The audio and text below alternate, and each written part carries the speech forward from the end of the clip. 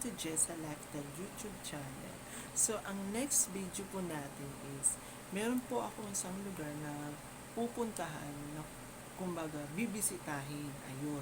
Na kung saan po, magiging challenge is, tatanungin ko sila kung ano ang pagkakilala nila sa akin. Ayan ha. Para at least may idea kayo kung ano ako. So, mamaya is pupuntahan ko natin sila at huwag kayong mag-alala guys, ilan lang naman, kumbaga bilang lang naman po sila.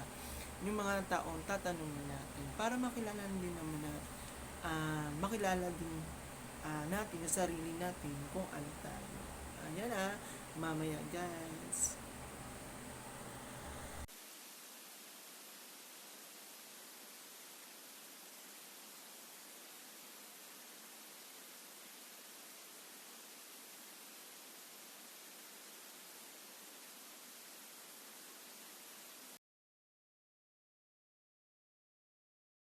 Hi mga Penny, welcome back po sa ating YouTube channel. Joke.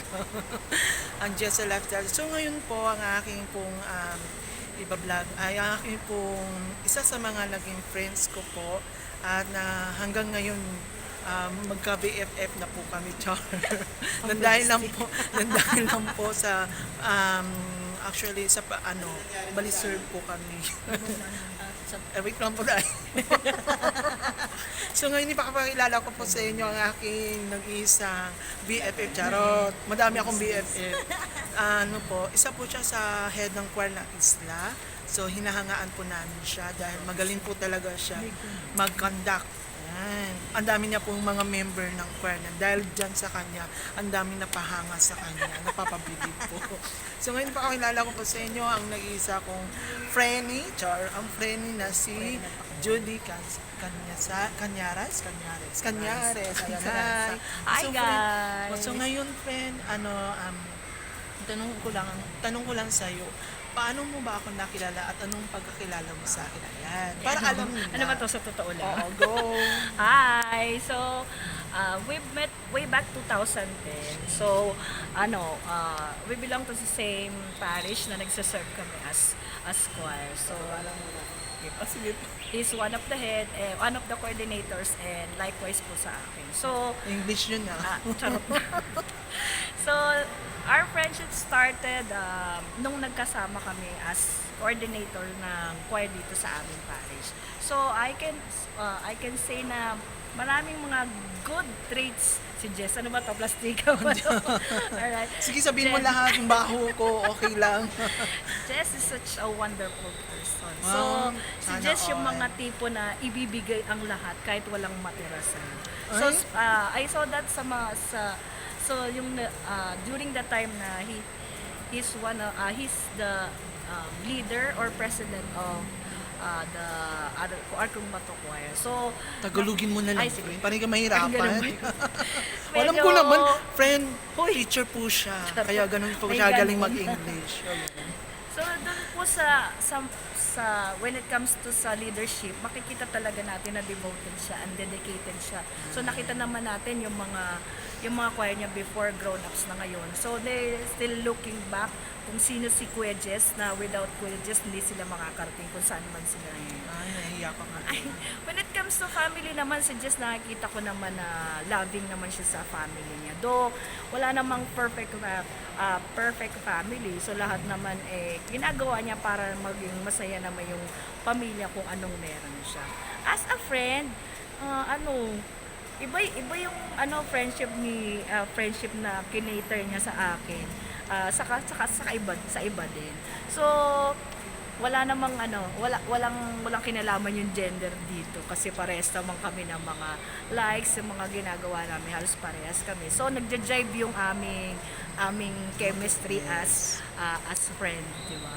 So, si Jess naman, sa nakikita ko, very masipag, lalo na sa trabaho. So marami na rin siyang mga pinagdaanan, mga struggles pagdating sa trabaho. Napunta siya sa dito, sa doon, sa malayong lugar, bumalik pa rin naman siya dito. So nakikita ko yung dedication niya sa pagtatrabaho. So willing siya na i-giveaway yung ibang mga ganap niya sa buhay para lang makapagtrabaho at makaserve din kay Lord. Siyempre, Yes, very important amen. talaga yun sa kanya. So, nag-aalat siya ng time para makapag-serve siya at least once a week. Yan nga yung Sunday na madalas kaming magkasama. Yes, Masik. amen. Ang ganda mo dyan, friend. Ay, oh. black picture ka man dito. Hindi friend. halata, Oh my oh. gosh, hindi halata yung mga Gosh, sige, ano pa? pekas. Ano pa? Ano Gusto ba mo yung ba- ano ba yung nakita mong mga ano ba yung mga yung bad ko, yung mga bad habit, mga nakita mong may nakita nga bang pangit sa akin ganon. Ilalaglag ba kita dito? Oo, friend? ilalaglag mo na ako. Sige. Meron ba? Meron ba kang nakitaan na sa almost years na pagsasama natin as a choir, may nakita ka bang na pangit na nagawa ko or ano? So, sa pagkakaibigan, normal lang naman na nagkakaroon ng away. No? Ganun. Hindi kami plastic. Talagang there were times na talagang nagkakaroon kami ng misunderstanding. Yes, And we make sure na nasisettle naman namin yun. So, hindi naman namin yung pinatatagal na as in todo na yung sama ng loob. Hindi pa rin kami papansinan. So, as a friend, ano siya, lovable, cheerful, sobra to pag magbigay financially. Halos wala nang matira sa kanya, okay lang, basta ikasisiyan ng iba at much more yung ikasisiyan niya sa pagbibigay niya ng bukal sa loob. Oh my gosh, na-touch naman ako doon. Ang plastic mo. Go. Ano pa ba? So, as for now, nakita ko na stable naman yung yung career path na tinutungo niya ngayon. Hopefully, magtuloy-tuloy na kasi alam natin mahirap ang buhay. Yes. Kailangan talaga natin magtrabaho. Hindi naman tayo mayaman para lang umupo sa bahay, magkuya-kuya. Then, hintayin lang natin na dumating yung pera. So, blessed yan si Jess. Sobra. Kasi alam niya na kung paano niya i-handle yung mga bagay-bagay sa buhay niya. So, at the same time kasi binabalik niya sa iba yung service na binibigay niya as a choir member. So, alam ni Lord yung mga hardships niya. So, ginagawa ni Lord, binabalik niya yung blessing sa buhay niya. When it comes to financial, so yung mga people around him, that surrounds him, na pinapakita naman kung gaano niya kamahal yung mga tao sa paligid niya. Ganun yung binibigay ng mga tao na minamahal mo. Yeah, thank you, friend. So ayun. So ayun na medyo na-touch ako. So ayun, friend, yun lang pa ang share mo, meron pa Ano or ba gusto mo? Birthday Hindi. wish pa in Oh, wala. advance? So ayun mga friend, medyo mahaba na. So thank you Judith sa sa talk about sa akin. So ayan, I think marami din kayo natutunan about doon. So kung gusto niyo maging katulad na sa iba, syempre kung ano yung tawag dito, yung naririnig nyo na pwede nyo i-apply sa mga sarili natin, na kung gusto natin makatanggap ng blessings. Ayan. So thank you, friend. Thank you. I love you, friend. And I love you too, Char. Hello po. Ito naman po yung organist po namin na si Brother Edgar po, na pinakamagaling po talaga. At nakasama namin siya mga dekada na po hanggang ngayon po. Ayan, si Tatay Edgar. Hello po, Tay. Ay, Ano po yung pagpakilala niyo sa akin, Tay? Kung ano po yung nakikita niyo po sa akin ngayon, Tay?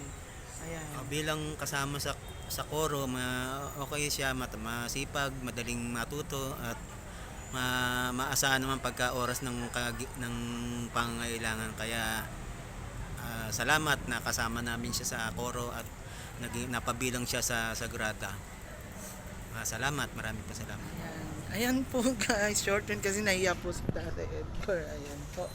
Ito naman po yung isa po namin kasama po, ang pinakamamahal namin. Charot! Si Ate Eloisa. Ayan. Hello, Ate Eloisa. Hi, good morning. Hello. So ano po yung pagkakilala niyo po sa akin? Almost a month, taon na po na nakasama sa choir. Ayan. Matyaga. Tsaka mahaba pasensya. Cha- Charot.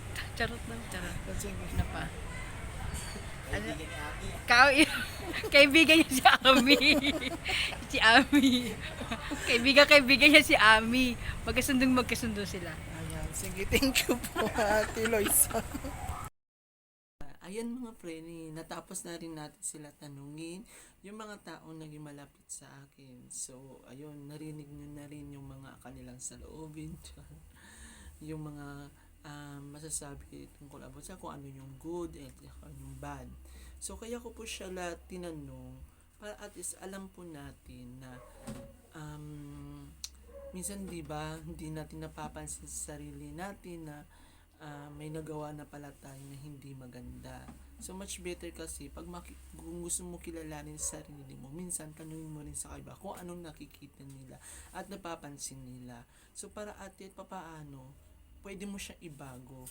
Kasi minsan kasi sa sobrang tiwala natin sa sarili, hindi natin napapansin na ay sumusobra na, ay ano na pala, o kumbaga wala na parang may nakakasakit na pala tayo ng iba, yung ganyung tipo na feeling natin hindi naman wala naman, hindi ko naman kasalanan ganito, 'di ba? Sila yung mga taong nasa paligid natin na nakikita nila kung ano yung mga ginagawa natin pag may mali. Oo. So ayun mga preni, sana po nagustuhan niyo po yung video ko ngayon at na sana po is patuloy po kayong manood ng mga bagong updates na video. So, salamat pala sa panonood ng aking video ngayon. So, don't forget to like, share, and subscribe. At mag-comment down sa ating comment section kung ano po yung masasabi nyo. So, salamat mga preni and have a nice day. Bye!